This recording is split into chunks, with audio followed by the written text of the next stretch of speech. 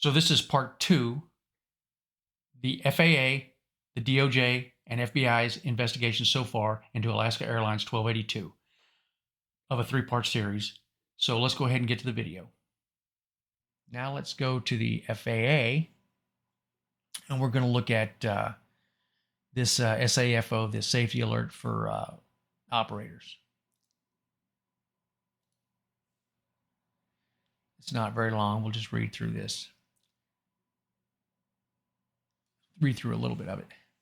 So this SAFO informs aircraft operators under Title 14 of the Code of Federal Regulations.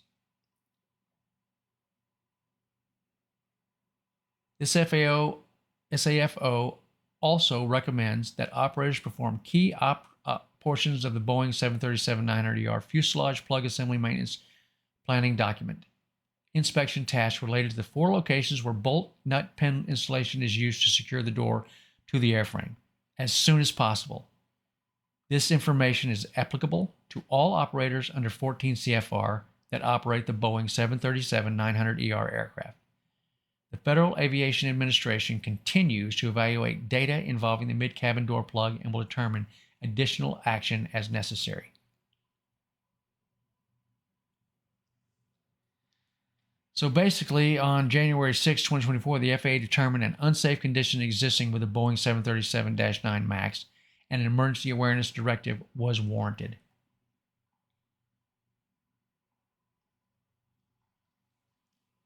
Recommended action: operators are encouraged to conduct a visual inspection to ensure the door plug is restrained from any movements to the 2 upper guide track bolts and 2 lower arrestor bolts.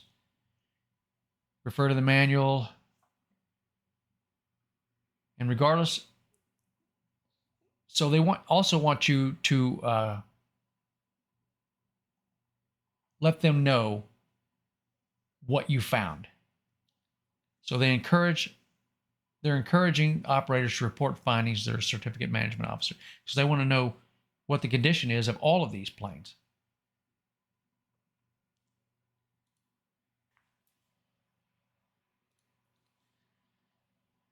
So what else is going on? The updates.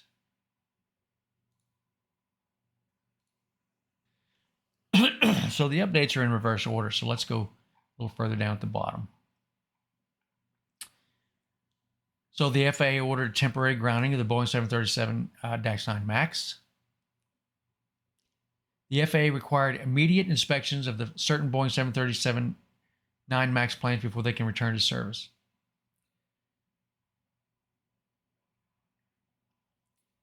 January 7th, the FAA's first priority is keeping the public safe. We have grounded the effective airplanes, and they will remain grounded until the FAA is satisfied they are safe. January 8th, the FAA has approved a method to comply with Boeing 737-9 MAX Emergency Airworthiness Directive, and it has been provided to the affected operators. I keep saying this. They want to keep the American public safe. I guess so. So in that spirit, Boeing 737-9 MAX aircraft will remain grounded until operators complete the enhanced inspections, which include both the left and right cabin door exit plugs, door components, and fasteners. Operators must comply with the corrective action requirements based on findings from the inspections prior to bringing any aircraft back into service. January 9th, every Boeing 737 MAX with a door plug will remain grounded until the FAA finds each can safely return to operation. So once again, we're still looking at not really a whole lot what these updates are. Incidents should never have happened, cannot happen again. FAA formally notified Boeing that it's conducted an investigation to determine if Boeing failed to ensure completed products conform to approved design and were in condition for safe operation, in compliance with regulation.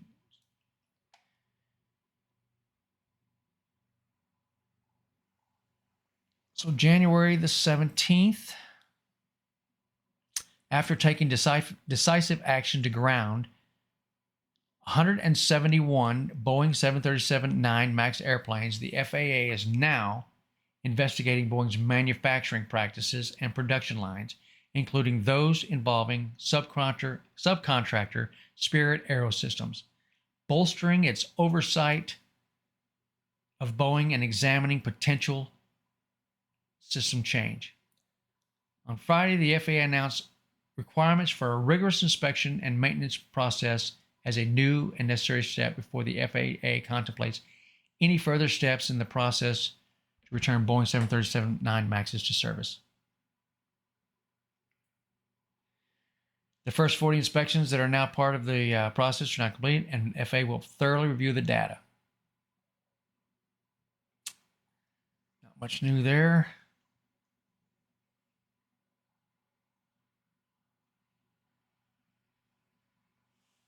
Okay, on February 28th, so we're getting further along, during an all-day safety discussion at FAA headquarters on Tuesday, FAA Administrator Mike Whitaker informed top Boeing officials that an aircraft manufacturer must develop a comprehensive action plan to address its systematic quality issues to meet FAA's non-negotiable safety standards. Boeing must commit to real and profound improvements. Making foundational change will require a sustained effort from Boeing's leadership, and we are going to hold them accountable every step of the way.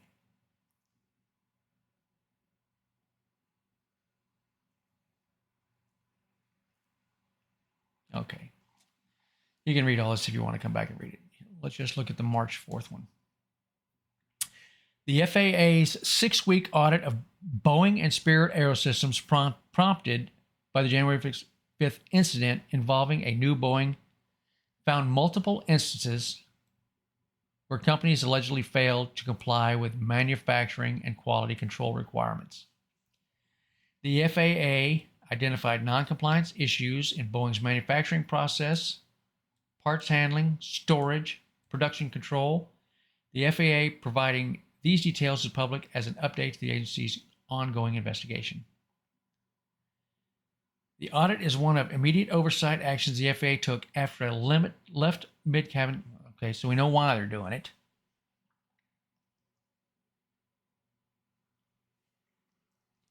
So let's see. The plan was also the findings. So basically, the takeaway here is the FAA identified several non-compliance issues. So if the FAA is involved at all, how can we continue to have several non-compliance issues, and especially from Boeing, which has had several instances which we've talked about earlier? I can't see how this could be new to them that they're having these types of issues if there's not any oversight of them until after an accident happens.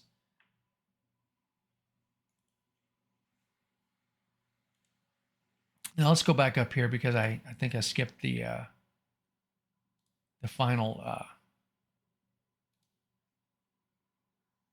party briefing. Parties to the investigation. We have offered party status to Spirit Aerospace and to the Machinists Union. So what is party status? So here is a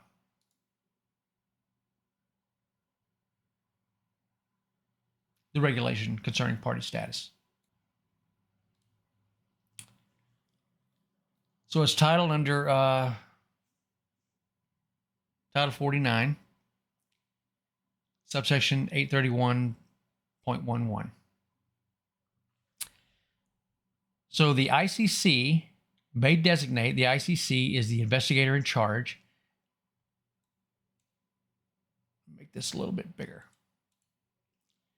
The ICC may designate one or more entities to serve as parties in an investigation. Party status is limited to those persons, federal, state, or local government agencies and organizations whose employees' functions, activities, or products were involved in the accident,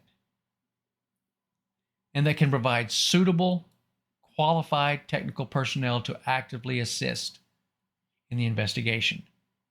To the extent practical, a representative proposed by party organizations to participate in the investigation may not be a person who had direct involvement in the accident under the investigation. So you can have somebody from the agency or employee of the organization, but you can't have somebody that was directly involved in that accident. So you wouldn't ask the guys who put the door on to be involved in the accident. Except for the FAA, no entity has a right to participate in an NTSB investigation as a party.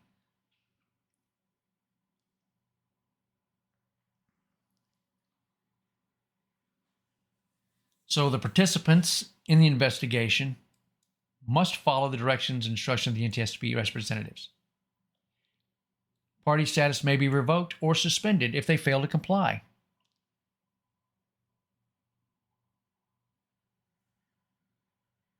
So prohibitions from being a party representative. No representative may be occupy a legal position or be a person who also represents claimants.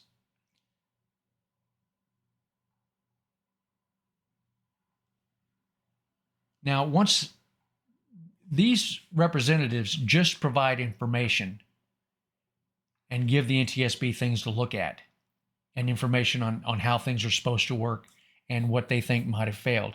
But when it comes down to the report,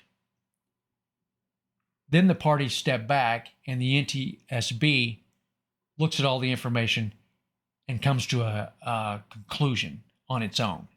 They don't depend on the parties to help them come up with a conclusion. They just depend on them to give them information so that they can provide a conclusion based on the information.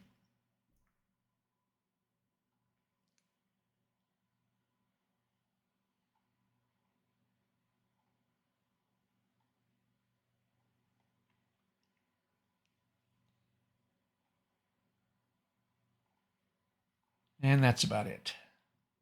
So that's a little bit of a description on how a person becomes a party and what their involvement is.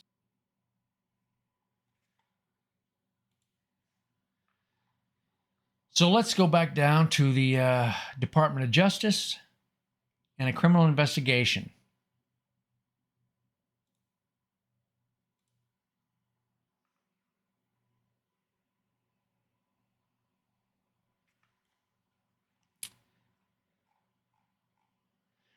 Justice Department investigating door plug blowout on Alaska Airlines flight.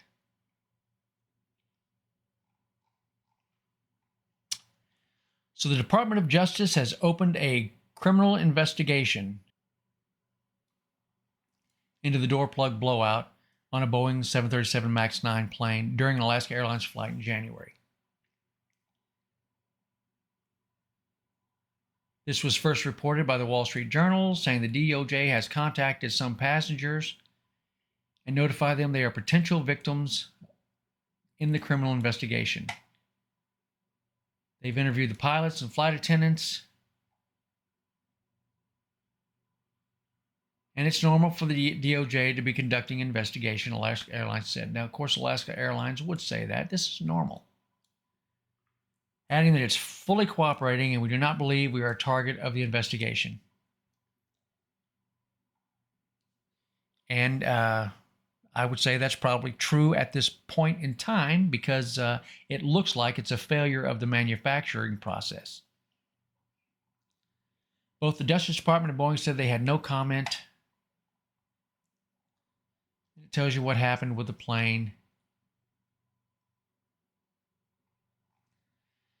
An investigation by the preliminary found that there were no bolts installed in the door plug. Now they're saying this may be a criminal investigation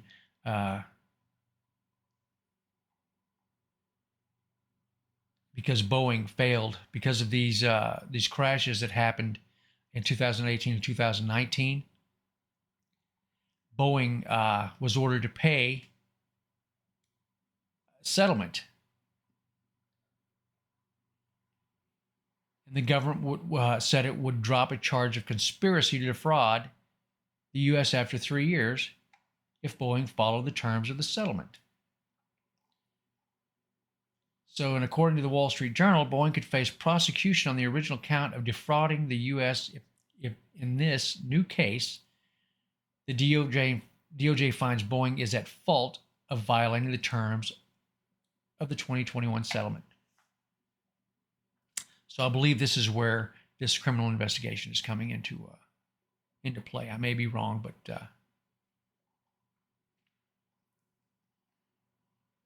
yep, they are conducting a criminal investigation. The FBI's letters. So Alaska Airlines Flight 1282, passengers could be a victim of a crime, says the FBI.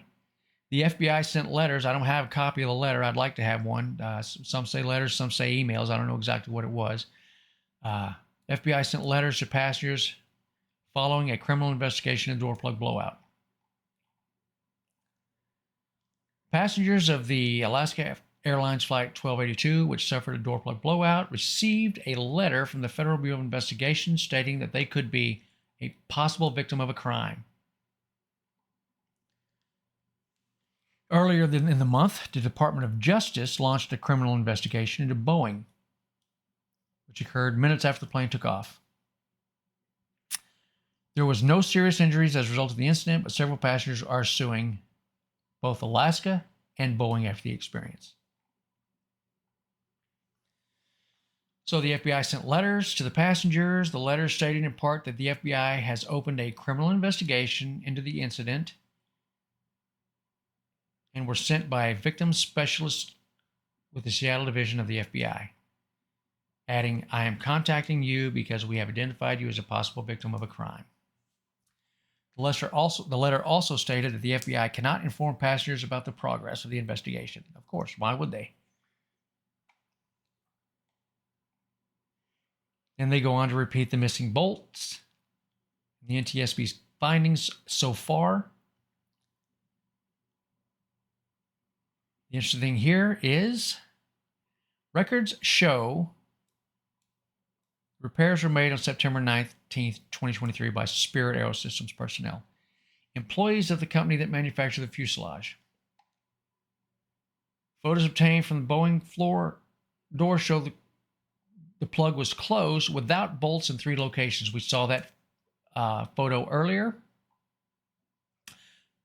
Boeing wrote a letter to Congress that it cannot find records for work done on the door panel that blew out. So how convenient, they can't find the records on the door panel. And they assure that we assure you, Congress, we have looked extensively, have not found any documentation.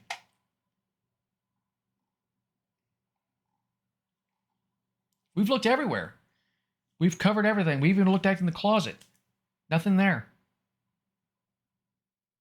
So after looking at the NTSB, the FAA, the FBI, the DOJ, I have drawn some of my own conclusions. If you'd like to see those, then leave a comment and I'll make another video for that. If you like this video, make sure to like, subscribe, and hit the notification bell. I'll try to put the links to the other 2 parts somewhere on the screen here. And thanks for watching. Peace out.